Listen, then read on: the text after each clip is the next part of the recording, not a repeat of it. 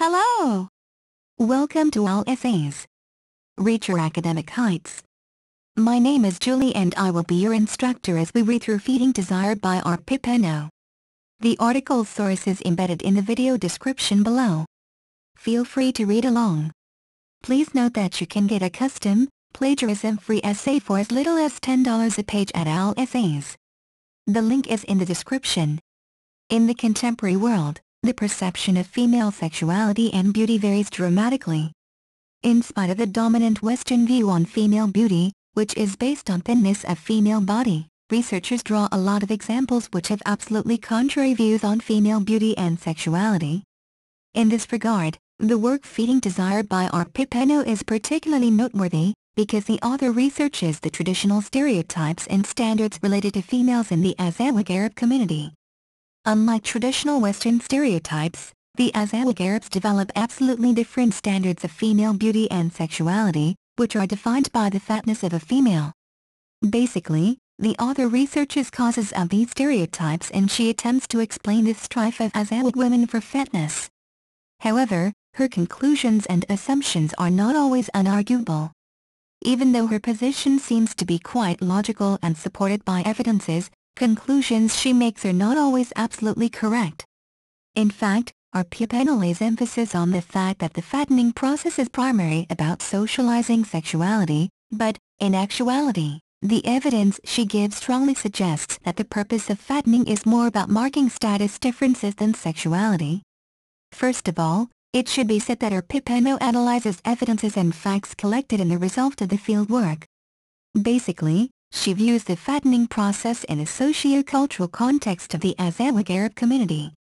At first glance, her position is very strong, since she argues that the process of fattening is closely interrelated with sexuality and, what is even more important, this process begins from the very early age and is related specifically to females. In actuality, this means that Azawagh women may be viewed as objects of the formation of a specific ideal of beauty and sexuality.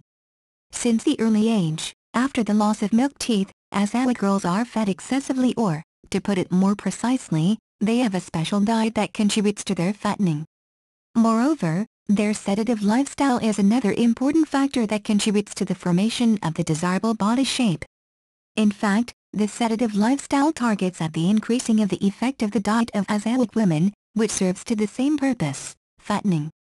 At the same time, the author also claims that a fat female body is traditionally associated with the ideal of beauty and is considered to be sexual. In this respect, it is possible to remind about the Muslim background of the Azawagh community, because, according to the author, the fattening process is a way of the control of sexuality. In such a way, the author suggests that the process of fattening is the process of socializing sexuality, because the ultimate purpose of the fattening is the formation of the sexually attractive body shape and, therefore, the interest of representatives of the opposite sex. It is worth mentioning the fact that the fatter a woman is, the more attractive she is considered to be in the Azawagh community. Consequently, the author presumes that the process of fattening is directly linked to socializing sexuality. However, in actuality, such a conclusion is not absolutely convincing. At any rate, the profound analysis of evidences given by the author implies that socializing sexuality is not the major purpose or function of the process of fattening, but what is really important is the social status which the fatness of a woman symbolizes.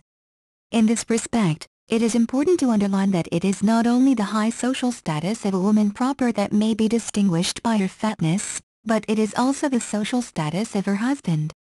In such a way, it is possible to presuppose that the process of fattening is beneficial in a way not only to the social status of women, but also and mainly to the social status of men. Obviously, on choosing a fat wife, an Azawagh man can emphasize his social status and wealth. Strangely enough, the author, intentionally or not, ignores these obvious facts and conclusions that may be drawn from her own evidences and the entire research. To prove this fact, it is primarily necessary to focus more carefully on the process of fattening.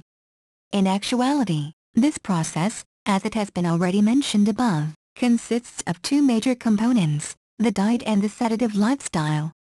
These two components perfectly prove the righteousness of the presupposition that socialization of sexuality is, at least, secondary compared to the emphasis on the social status of both men and women. Firstly, it should be said that the diet, which stimulates and accelerates the process of fattening, naturally implies significant material resources and wealth of the family of a woman.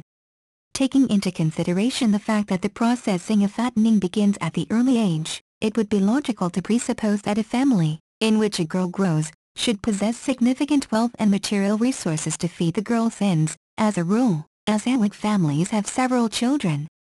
Consequently, excessive feeding of girls and women is directly dependent on the social position of the family. It proves beyond a doubt that poor families can hardly afford feeding girls since early childhood.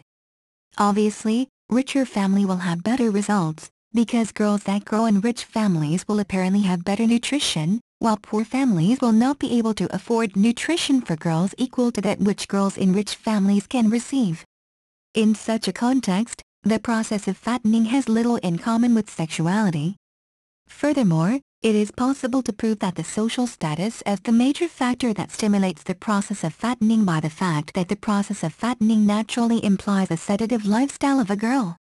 It also proves beyond a doubt that representatives of lower classes are forced to work since the early age, and girls are not an exception from this rule. Consequently, girls growing in families that have a lower social status will have to work and, therefore, they will have less sedative lifestyle, which girls growing in upper-class families can enjoy freely, because they do not need to work. At the same time, it is necessary to remember that worse nutrition and more active lifestyle cannot contribute to the process of fattening of representatives of lower classes, while better nutrition and sedative lifestyle stimulates fattening, which becomes a mark of the social status of a woman. Moreover, it is important to underline that the ultimate goal of the process of fattening is a successful marriage, which does not imply love between spouses but rather wealth that a wife can get access to in the result of the marriage.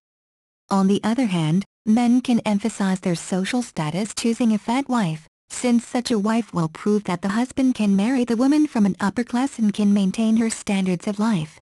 Thus, in conclusion, it is possible to say that our Popenoe conducts a really noteworthy research, but her conclusions, or, at least, some of them, are quite arguable and contradicting to factual evidences and common sense. In this respect, the emphasis on the socializing sexuality aspect of the process of fattening is inconsistent compared to the factor of the social status, which is the determinant stimulus of the process of fattening. References: Popenoe, R. 2003. Feeding Desire. New York, Routledge.